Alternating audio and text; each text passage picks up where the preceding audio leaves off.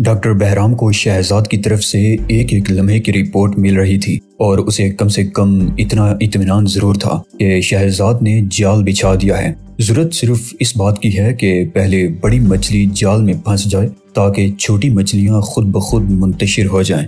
بہرام کو اس وقت بھی شہزاد کی کال کا انتظار تھا، لیکن گھنٹی خاص ٹیلی فون کی بجی۔ یس، بہرام نے ریسیور اٹھاتے ہوئے کہا، کیا تمہارا آدمی کامیاب ہو گیا؟ دوسری طرف سے پوچھا گیا۔ وہ اپنے کام میں مصروف ہے، مگر اسے یہ کام سونپے 1 ہفتہ ہو چکا ہے بہرام۔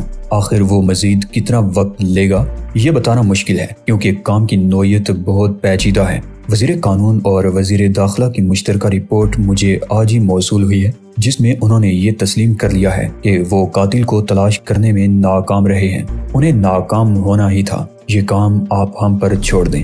میں نے ایسا ہی تو کیا ہے، لیکن یہ بھی تو سوچو کہ آخر قتل اور غارت گری کا یہ بازار کب تک گرم رہے گا؟ اب تو اس میں بلیک میلنگ بھی شامل ہو گئی ہے۔ مجھے خدشہ ہے کہ یہ سازش کہیں جمہوریت کو تباہ نہ کر ڈالے۔ سازش تو یہی ہے، مگر ہم اس کی بیخ کنی میں کامیاب ہو جائیں گے۔ بہرام نے پر اعتماد لہجے میں جواب دیا، مجھے علم ہے کہ تمہارا آدمی کبھی ناکام نہیں ہوا اور میرے ذہن میں امین آباد کی کامیابی ابھی تک تازہ ہے۔ میری نیک تمنائیں تمہارے ساتھ ہیں۔ اس جملے کے بعد دوسری طرف سے سلسلہ منقطع ہو گیا۔ بہرام نے اس روز دوسری بار شہزاد کو فون کیا، لیکن اس مرتبہ اس نے اوشان سے گفتگو کی۔ وہ یہ قریدنا چاہتا تھا کہ شہزاد کے ذہن پر کیا اب بھی یہ بھوت سوار ہے کہ وہ قانون کے محافظوں کے خون سے اپنے ہاتھ رنگنا نہیں چاہتا۔ لیکن اوشان شہزاد کا بھی استاد تھا، لہٰذا بہرام اسے کچھ بھی نہ اگلوا سکا۔ ٹھیک ہے اوشان، میرے دوست کو ایک پیغام تو پہنچا دو گے نا؟ کیسا پیغام؟ اوشان کے لہجے میں بے اعتنائی تھی۔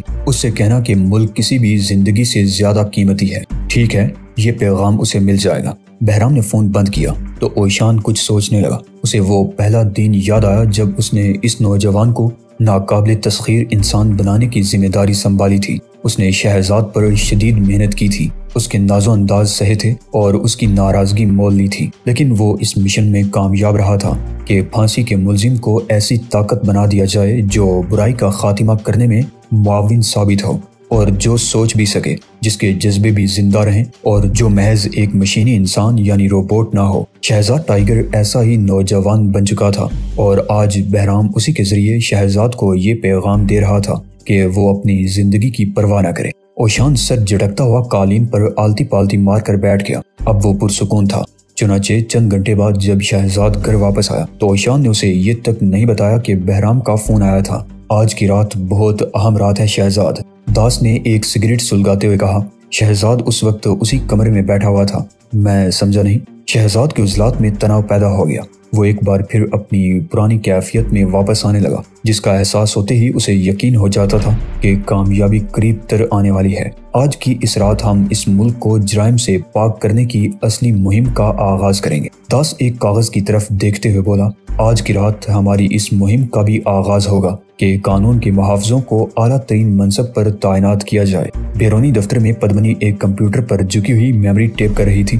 آج کی رات ہمارا گروہ جو 40 افراد پر مشتمل ہے، ہر شخص اسی جگہ جمع ہوگا۔ ہر شخص کو ٹھیک 8 بجے آنے کی ہدایت کی گئی ہے۔ میں گروہ سے تمہارا تعارف کراؤں گا، کیونکہ تم اب گروہ کے ٹریننگ ڈائریکٹر ہو۔ اس رسمی تعارف کے بعد ٹھیک 9:30 بجے ہم ایک پریس کانفرنس سے خطاب کریں گے۔ اس پریس کانفرنس میں انصاف پسند تحریک کے قیام کا رسمی اعلان کیا جائے گا۔ کیا پریس کانفرنس میں میرا بھی تعارف کرایا جائے گا؟ نہیں، داس نے سگریٹ بجھاتے ہوئے کہا، تمہاری ذات ہی ہماری تنظیم کا اصل راز ہوگی۔ ہم تمہیں کبھی سامنے نہیں لائیں گے۔ گڈ، مجھے تمہاری تجویز بے حد پسند آئی ہے۔ شہزاد نے اٹھنے کے لیے کرسی پیچھے کھسکاتے ہوئے خوشی کا اظہار کیا۔ صرف ایک بات بے حد اہم ہے، داس نے کرسی سے اٹھنے میں پہل کرتے ہوئے کہا، اور پھر مزید کچھ کہے بغیر دروازے سے باہر جھانکنے لگا۔ باہر پدمنی اب بھی میموگراف مشین پر مصروف تھی۔ داس نے مطمئن انداز میں سر ہلاتے ہوئے دروازہ اچھی طرح بند کیا تاکہ پدمنی ان کی گفتگو نہ سن سکے، اور پھر شہزاد کے قریب میز پر ٹک کر بیٹھ گیا۔ صرف ایک شخص بہت اہم ہے شہزاد۔ وہ کون ہے؟ ٹائیگر نے پلکیں جھپکاتے ہوئے پوچھا۔ کمشنر اگروال۔ داس کے لہجے میں خوفناک حد تک رازداری پنہاں تھی۔ اس کا ہم سے کیا تعلق؟ وہ سب کچھ جانتا ہے اور شاید حکام کو آگاہ بھی کرنے والا ہے۔ تو کیا وہ بھی تنظیم میں شامل ہے؟ شہزاد نے اپنا جال سمیٹنا شروع کر دیا۔ حالات خود ہی ایسے موڑ پر آ گئے تھے جہاں شہزاد کو کچھ بھی کرنا نہیں تھا۔ ویسے بھی وہ اس پورے ڈرامے میں اب تک محض تماشائی ہی رہا تھا۔ میں تمہیں صاف صاف بتا دینا چاہتا ہوں، وہ صرف تنظیم میں شامل ہی نہیں بلکہ اس کا کرتا درتا بھی وہی ہے۔ انصاف پسند تحریک کے قیام کا خیال بھی اسی کے ذہن کی اختراع ہے۔ اگر وہ تو ہاں، وہ پدمنی کباب ہے، داس نے مسکراتے ہوئے جواب دیا، لیکن اب وہ ہمت ہار بیٹھا ہے۔ اس نے مجھے دھمکی دی ہے کہ میں نے اگر آج رات کا پروگرام منسوخ نہ کیا تو وہ خود ہی حکام کے روبرو پیش ہو کر اقبال جرم کر لے گا۔ میرا خیال ہے اس میں اتنی ہمت نہیں ہے، وہ ایک شکستہ آدمی ہے۔ شہزاد نے اگروال سے اپنی پہلی ملاقات یاد کرتے ہوئے کہا، میرے تجربے کے مطابق وہ حکام سے ایک لفظ بھی نہیں کہے گا، مگر ہم کوئی خطرہ مول نہیں لے سکتے شہزاد، لہٰذا شہزاد نے اس کی آنکھوں میں جھانکتے ہوئے پوچھا، لہٰذا اب تمہیں اپنا پہلا کام کرنا ہے۔ کام بھی بہت خطرناک نوعیت کا ہے، ایسا بھی نہیں کہ تم اسے نہ کر سکو۔ یہ کام کب اور کہاں کرنا ہے؟ اگروال اپنی عادات کا غلام ہے، وہ ہر روز پدمنی کے ساتھ ڈنر کرتا ہے۔ تم آج رات اس کا کام تمام کر دو، تمہیں اس کے مکان میں داخل ہونے میں کوئی دشواری نہیں ہوگی، اور مگر وہاں پدمنی تو ہوگی، اس کی فکر نہ کرو۔ میں اسے اتنا کام دے دوں گا کہ وہ نصف شب سے پہلے فارغ نہیں ہوگی۔ داس نے جواب دیا۔ ٹائیگر کچھ دیر سوچتا رہا، پھر بولا، لیکن مجھے نقد رقم چاہیے۔ کتنی؟ داس کا لہجہ اسپاٹ تھا۔ کمشنر جیسی شخصیت کے احترام میں صرف 50,000 روپے۔ ٹھیک ہے، مل جائیں گے۔ پیشگی ادائیگی ضروری ہے۔ پیشگی مل جائے گی، داس نے ایک الماری کھولتے ہوئے جواب دیا اور 50,000 روپے کی رقم میز پر پھینک دی جو شہزاد کی جیبوں میں چھپ گئی۔ ایک اور سوال داس، یہ کام تم گروہ کے کسی آدمی سے کیوں نہیں لے رہے ہو؟ ٹائیگر نے پوچھا۔ میرے آدمی ٹیم کی شکل میں کام کرتے ہیں اور میں چاہتا ہوں کہ یہ کام صرف ایک ہی شخص کے ذریعے انجام پائے۔ شہزاد کھڑا ہو گیا۔ وہ جانتا تھا کہ پولیس کے کسی بڑے افسر کا قتل کتنی ناممکن بات ہے، اس سے قطع نظر کہ اس کے پاس کسی کو بھی قتل کرنے کا سرکاری اجازت نامہ موجود تھا۔ وہ قانون کے کسی محافظ کو قتل کرنا پسند نہیں کرتا تھا، جبکہ اسے کمشنر کو ٹھکانے لگانے کا حکم دے دیا گیا تھا۔ مان اس نے فیصلہ کیا کہ وہ اگروال کو قتل کر دے گا۔ شہزاد چلا گیا تو داس نے سگریٹ سلگائی اور ماچس کی تیلی کو جلتے اور پھر راکھ بن کر بجھتے ہوئے دیکھنے لگا۔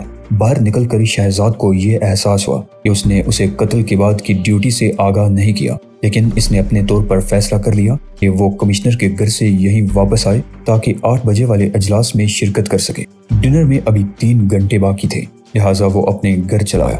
راستے بھر وہ یہی سوچتا رہا کہ اس نے اس کیس میں قانون کے محافظوں کے خلاف کارروائی سے ہمیشہ گریز کیا ہے، لیکن اب جب کہ داس اسے کمشنر کے خاتمے کی ہدایت کر چکا تھا تو اسے ذرا برابر بھی ہچکچاہٹ محسوس نہیں ہو رہی تھی۔ کیا اگروال پولیس مین نہیں ہے؟ اچانک اس کا ضمیر چیخ پڑا۔ نہیں شہزاد، ناصور کو ختم کرنے کے لیے اہم ترین عضو بھی کاٹ کر پھینک دینا پڑتا ہے۔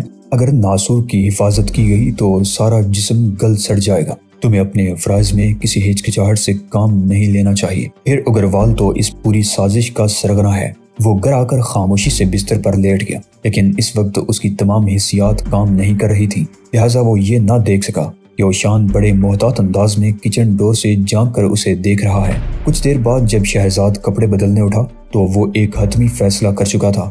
وہ اگروال سے بالمشافہ گفتگو کرنا چاہتا تھا تاکہ یہ معلوم ہو سکے کہ انصاف پسند تحریک کی داغ بیل کس نے ڈالی تھی۔ اس نے فیصلہ کیا کہ اگر اس کے برعکس کوئی بات سامنے آئی تو وہ اگروال کی حفاظت کرے گا۔ وہ تیار ہو کر اوشان سے ملنے ڈرائنگ روم میں آیا تو یہ دیکھ کر حیران ہوا کہ اوشان بھی سفید لبادہ اتار کر اپنے خاص سبز لبادے میں تیار بیٹھا تھا۔ کہیں جانے کے لیے پر تول رہے ہیں ابا جان؟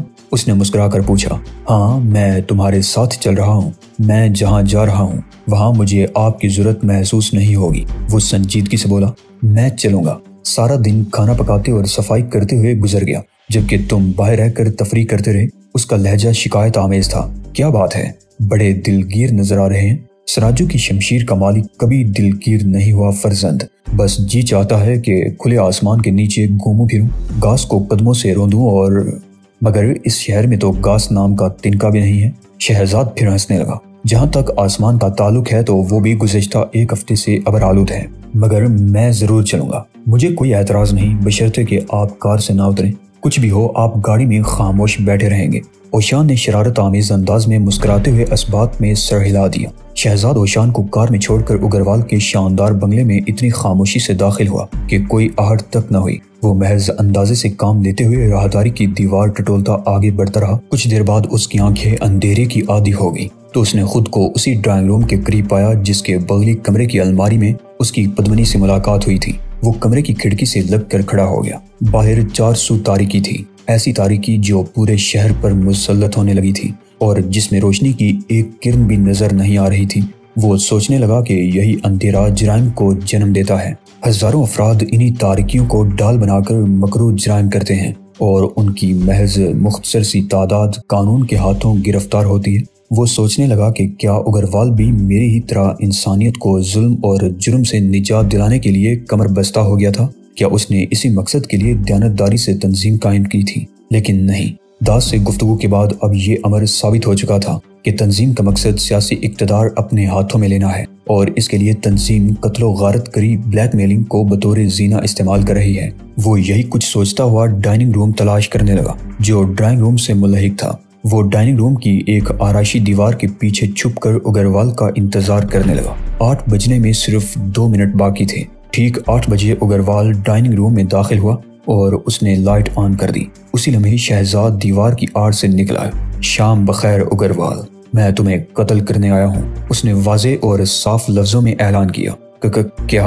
اگروال کے چہرے پر زلزلے کے سے اثرات نظر آنے لگے۔ کیا تمہارا تعلق تنظیم سے ہے؟ میں داس کی طرف سے آیا ہوں اگروال۔ اگروال کی پیشانی پر پسینے کی بوندیں جل بنانے لگی۔ اس کے چہرے پر خوف کی جریاں نمودار ہو گئی اور وہ بار بار تھوک نگلنے لگا۔ مجھے یہی خدشہ تھا، اب تو صرف اور صرف ناکامی ہی میرا مقدر بنے گی۔ قتل و غارت گری کا بازار کس نے گرم کر رکھا تھا؟ شہزاد کے لہجے میں ملامت تھی، جیسے وہ اس شخص کو اس کے آخری لمحات میں پچھتاوے کا احساس دلانا چاہتا ہو۔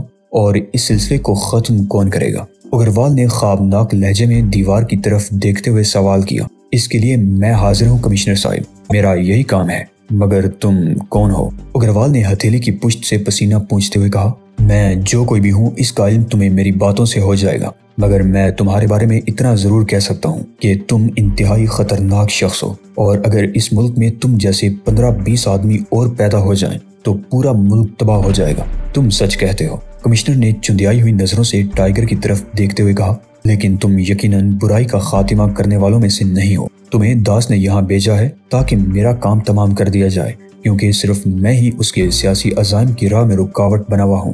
میں اس کے سیاسی عزائم کی کچھ تفصیل بھی سننا چاہتا ہوں، اگر تم مناسب سمجھو تو کچھ بتا دو۔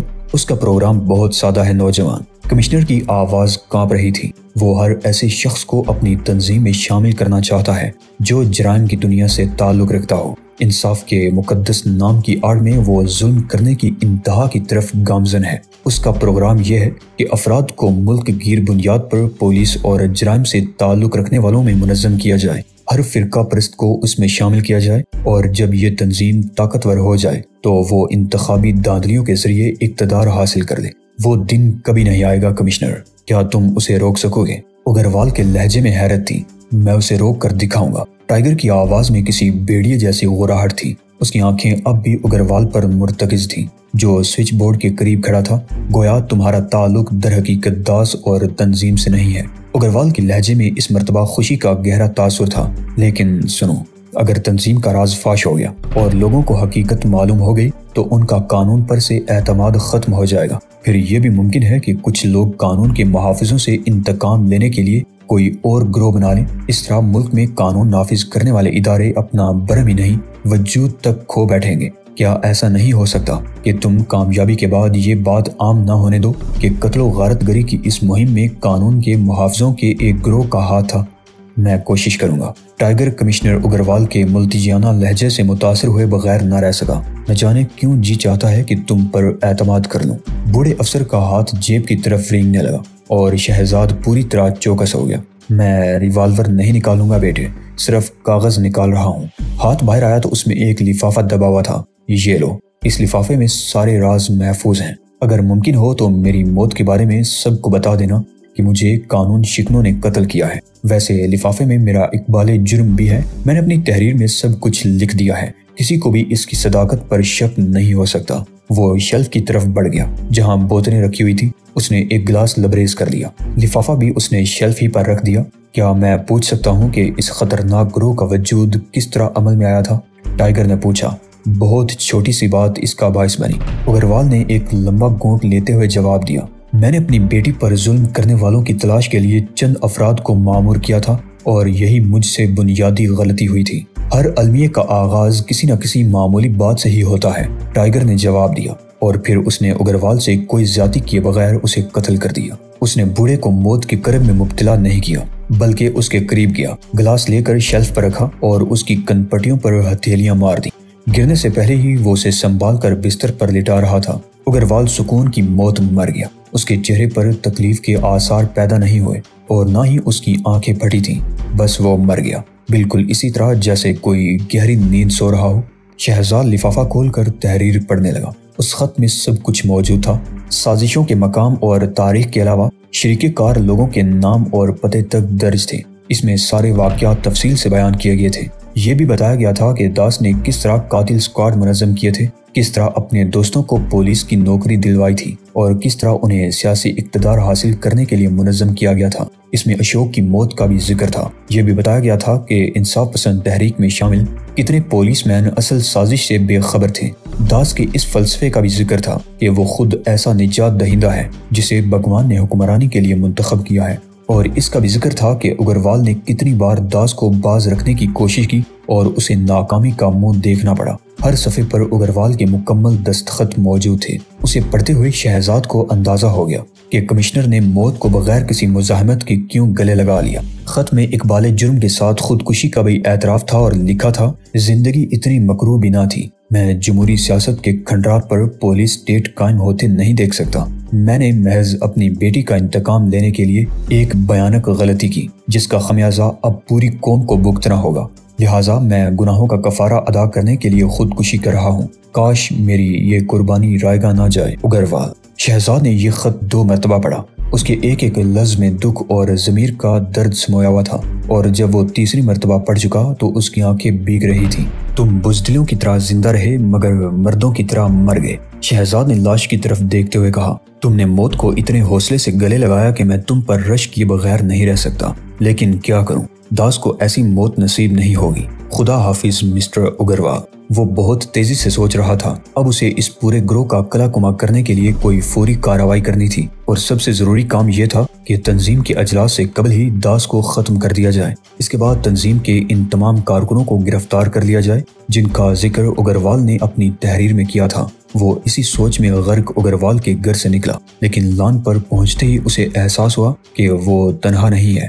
وہ چونک پڑا۔ شہزاد۔ اسے عقب سے آواز سنائی دی۔ وہ پلٹا تو اسے 3 پولیس مین نظر آئے۔ وہ سمجھ گیا کہ اس کے لیے جال تیار کیا گیا ہے۔ اس نے فوراً ہی اندازہ لگا لیا کہ وہ تینوں مرکزی دروازے کی آڑ لے کر ہی اس کے عقب میں آئے ہوں گے، اور اس کا یہ اندازہ درست نکلا۔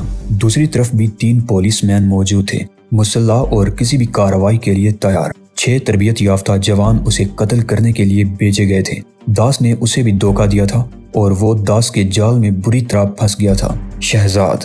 عمارت کے قریب کھڑے ہوئے ایک شخص نے پھر پکارا، کیا چاہتے ہو؟ ٹائیگر نے اسی سمت بڑھتے ہوئے پوچھا۔ اس کی حکمت عملی یہ تھی، وہ اتنے قریب آ جائیں کہ ہاتھوں سے مقابلہ ممکن ہو سکے۔ تمہاری موت۔ دوسرے شخص نے سب مشین گن کی نال پر ہاتھ پھیرتے ہوئے جواب دیا، چیف کا حکم ہے کہ تمہیں موت کا تحفہ دیا جائے۔ شہزاد اب ان سے محض چند گز دور تھا۔ کیا تم جانتے ہو کہ داس تمہیں استعمال کر رہا ہے؟ شہزاد نے اپنے عقب میں قدموں کی آہٹ سنتے ہوئے کہا۔ وہ جانتا تھا کہ اسے ہر طرف سے گھیر لیا گیا ہے۔ اس کے ذہن میں مقناطیسی لہریں سی دوڑنے لگی۔